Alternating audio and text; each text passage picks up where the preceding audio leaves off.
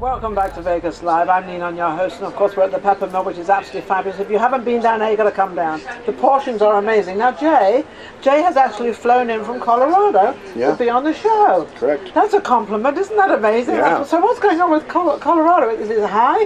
Yeah, that Rocky Mountain High. No, Rocky Mountain High, but more high than ever it was before. Yeah, a little bit higher than normal. What's going on there? Well, since cannabis legalization, we got a lot of stuff going on. So we got a lot of really cool events and a lot of new industry coming into Colorado. I was going to say, so what have you seen actually, the difference in Colorado as of improving, the tax system, improving the roads, including, just using the money for what they say they're going to use it for? Yeah, well, it's been essential, but one of the issues is the money hasn't been used for what it was appropriated for. So that's been one of the issues, But the truth is, we actually have a surplus to a degree. So now we have. But what's the point of having a surplus if you're not going to use it and help in the ways they were supposed to? Like the school system. So now we're discussing whether it can help, the homeless population, whether or not we can use it. It should have been used for schools and for roads and for parks. That was the agreement. Mainly for the schools, for the children, for education. Yeah, and it hasn't, as much as was guaranteed, hasn't made it that way. But we actually are dealing with more than we had originally planned. So it's been good for Colorado. It really has. It's been good for Colorado. Very good for Colorado. I think it's good for Colorado. But when we're talking about when this thing was brought in, and after I thought, I wonder if they're really doing what they said they're going to do. And I know that they don't, because I happen to know politics because of real estate that my husband and I were in all the time. So we know about politics, what they say they do, and what they do. It's amazing. And it's sort of, like everybody's knocking Trump, and I'm not. I don't want to bring Trump into it, but Trump, I happen to think he's doing a very great job because he seems to be cleaning up a lot of stuff, and he's bringing all these little skeletons out of the closet, which I don't know if nobody wants to see that. Well, he certainly isn't a normal politician, and he's not a politician at all. Just his presence has shaken everything up. I don't know how I feel about him yet. But his presence has shooken things up, and that's good. Yeah, it's good. But I was going to say, he's so completely different because he's not a politician. He does not know how to sort of go into a meeting as a politician. He goes into a meeting as a normal person in a business. Well, and you got to think, politicians are known for pretenses, and one thing Trump is not is, he's not ginger with his terms, and no, he's not. He doesn't know diplomacy.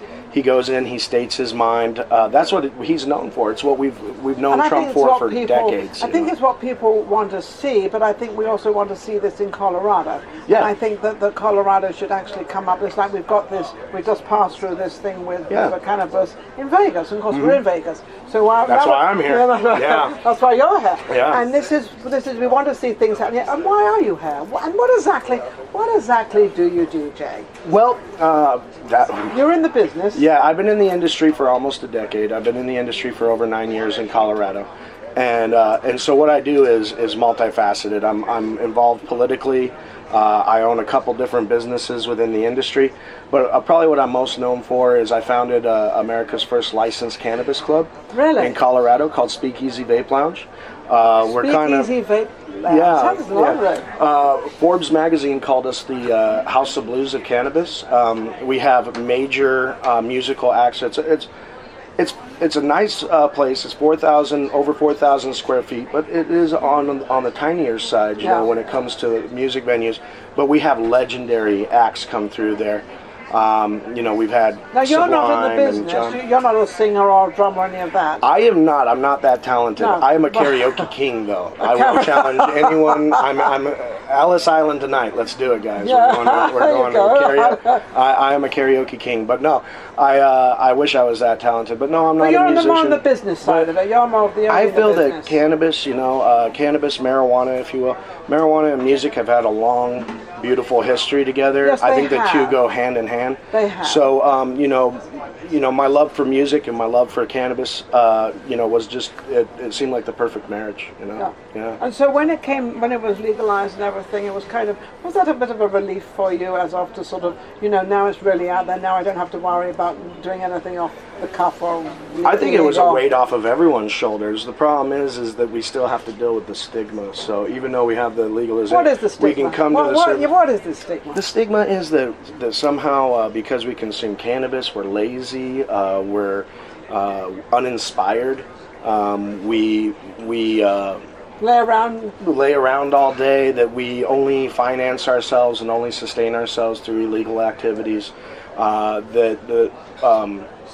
it's still believed that we're counterculture instead of part of this culture. And I think that's has always been a shame, because cannabis is obviously a part of American culture, not counterculture. No, and it's always been. So do you think that it's going to start growing, because now it's legal here in Nevada? Yeah. And also it's going to be legal. I mean, I think it's legal in Los Angeles as well. Yeah, it's medical. We're slowly making our way across the nation. And that's what I'm saying. So this is like, when the alcohol came in, when liquor came in, it was the same thing. Nobody wanted liquor in. Nobody wanted all this stuff.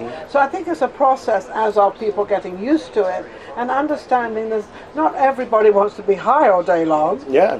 And there's people out there that want to be alcoholics all day long, and there's people that want to be high all day long. So hello, those are just a minority of people. Exactly, and there are people in every demographic that can handle it and do it responsibly, and then there are those who shouldn't probably be using any altering substance because they just can't handle it. Yeah. But that should not have a negative effect on the rest of us who can, and also those who prize it for a medicine. It is a very potent medicine. Oh, it's a great medicine for a lot of people. And I'm just listening to a couple of the kids, that have seizures and everything else. Yeah. There was a kid that had, 100 seizures a week. Yeah. Now she has one a month or something. Even that. I've seen children. There was a young girl who, she used to bend backwards in the shape of a question mark, and her head would almost touch her feet. And she would sit there and seize up with these muscle spasms and these seizures. And they would put a little bit of cannabis oil, on her lip, and within minutes she'd be sitting up talking and playing with toys. And then slowly they get over it. Yeah. When you see that with children, you've got to be. So what are you doing in Vegas now? Apart from being on my show? Yes, I'm excited. I'm following up Felix. You had Felix on a little while ago. Yes. And Felix is a good friend of mine, and he's going to be joining us at Chromicon. So I created Chromicon. Chromicon. What is Chromicon exactly? So people understand. Chromicon is the world's first marijuana comic book convention. So it's just like any other comic book convention you might imagine, Comic-Con, things like that, but with a cannabis theme and cannabis friendly. So and so it's cool. We get instead of Batman, we might end up with Budman, or Weed Woman instead of Wonder Woman, something like that. And it's a lot of fun. What created that? I mean, that's well, there was many different inspirations to it. I am a comic book nerd myself. I was attending Comic-Con in Denver. And we were smoking at the hotel before we went to attend, and it was just thinking about walking around the convention all day, thinking about being there all day without being able to medicate, without being able to and consume. You wanted to see the funny side. And I said, man, the two seem so perfectly paired for each other. I just don't understand why this hasn't happened yet. And so I came up with it. Also, I have a friend, Jeffrey Peterson, who's also been on your show. Yes. And he had created a marijuana-themed comic book, The Super Stoners. That's right. And I said, well, if he can have a marijuana comic book, why can't we have a marijuana comic book convention? And I said, there's got to be a market for this. So the moment I started looking into it, I discovered that there have been cannabis-themed comic books that have been privately produced and done, because obviously the publishers won't touch them. So these guys are so passionate about this that they go out and self-publish these comic books. And there's ones that have been around since the late 80s, early 90s. Really? Yeah. That's far back. Yeah, we have Captain Spliff, we have Major Marijuana, we have Captain Cannabis, they just go on and on and on. Yeah. So I realized that this wasn't necessarily, while the convention was a new advent, this wasn't necessarily an original idea. The idea of comic books and cannabis have been together. Is there a convention coming up? Yeah, it's going to be July 8th at Alexis Park. July 8th at Alexis right here Park. And this is our first time outside of Colorado. We were giving tickets away for this. You are giving tickets away. I hope you, if not, I have a couple more if you guys we'll need get to a couple more and we'll give them away, whoever would like them. But, absolutely. This is I think this is something, the reason we have so many people talking about the cannabis, because this is the future. It is. It's like social media. It's like doing everything on the internet. It's like, we're having changes. Yeah. Accept the changes, because that's what life is. You go back 50 years, there's nothing like what we're talking about now. Yeah. And so we have changed. Yeah. But now cannabis is such a big thing to change in people's minds. it'll be interesting. One day it will be very mundane. We'll be telling our children about this time period, and they'll be like, cannabis, everyone smokes cannabis, you know, and they won't understand because cannabis will be so integrated into our culture. What I have a lot of people ask me is about drinking and cannabis. Yeah. So, you know, we all know obviously how to drink, and we all drink. And then now cannabis has come along, it's not drink, it's, you know, smoking. What do you feel the difference is I mean, I know the difference between drinking and smoking, and also maybe the overlapping of the two. Yeah. You know, me personally, you know, I'm a cannabis consumer. I do drink. I do enjoy a drink. I was thinking about getting one from the bar just now, actually. Should have done. But yeah, but I think that cannabis, to anyone who has consumed cannabis, we all know that it is actually a safer. For me, I can consume cannabis all day, but I can only reach a certain level of inebriation. Yes. But if I continue to drink all day, I will continue to get further and further inebriated. And you still, you know, I don't plateau at any point. and then you still want another drink. And I still want another drink. And I lose capabilities. I lose my So now, what cognitive happens abilities. with police? Because when a policeman stops you and you're drunk, they know that. When they stop you, you've had cannabis, you can hide it. Yeah. So does it got to start with a breathalyzer, which I think is against the law? Well, because you have to have. In Colorado, they can mandatory blood test you in Colorado if they suspect you being high. Yeah. And they can take you to the police station and draw your blood, mandatory. So they can't do it on. Well, I'm talking about doing it on the spot. So we can't do it on the spot yet. They are working on a test strip, but it's a long ways. I figured that would happen. And you know, it's so hard to. But that then again goes back to the safety of cannabis. We've heard this echoed from law enforcement. Law enforcement says over and over again, it's so hard to tell when someone's high, so easy to tell when someone's drunk. Then doesn't that tell you how safe it is? If you can't tell they're high, then maybe there's not a problem. That's right. If you can tell that they're drunk, then there's is obviously an issue. Problem, yes. You know, and to hear law enforcement say, well, they're so capable, they're so articulate, I can't even tell. Well, then there's obviously not an issue. But maybe you become, you know, better when you do take the cannabis, and you do become, you know, more. You become clearer within your mind. Seems that way. Yeah. You know, I think that's the thing is you end up hyper focusing on one issue. You get a little distracted by everything else. Just wondering what the police will do because you know they're nabbing you on drinking if they possibly can. You know, whatever it is, alcohol. How can people reach you, and how can people get in touch with you to find out about what you are, who you are? Sure.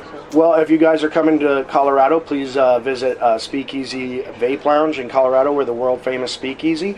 You can check us out at Club SEVL.com, Club SEVL. We got, I think we got Bubba Sparxxx lined up. Awesome. Yeah, we were good friends with Prodigy from Mobb Deep, and we just heard that he passed away last night. So we want to send our condolences. Condolences again out to him. I mean, our condolences to Havoc and the rest of his family. He was a good friend of ours, and we will miss him deeply. Was he a good friend of Havoc? He's played the Havoc is his partner in the band in Mobb Deep. Havoc. Yeah, and they've played the club several times, and I talked to Prodigy just a couple weeks ago about having him back here later this year, and so he will be missed, and we want to shout him out because he was a friend of the club. But we got some really big shows lined up. We got Lil Flip, we got Bubba Sparxxx, we got Afro Man coming back. So yeah, come to Club SEVL. And then Chromic Con July 8th at Alexis Park, and you can check that out at chromicconvegas.com. Chromic is spelled CHROMIC. Half chronic, half comic. Chromiccon.com. Chromicon. Yep. Chromicon Vegas. Understand that word. Now I understand. Yeah, that word. Chromic. Yeah, half chronic, half comic. There you go. There you go. Well, thank you so much for coming on the show. Thank you for having me. Yes. Absolutely amazing. We've had a little bit of insight of what's going on with our world today, and you know, 2017 is bringing it all forward, and all we're doing is going up. Just be prepared for change. Accept change. Change is good for you. We'll be back.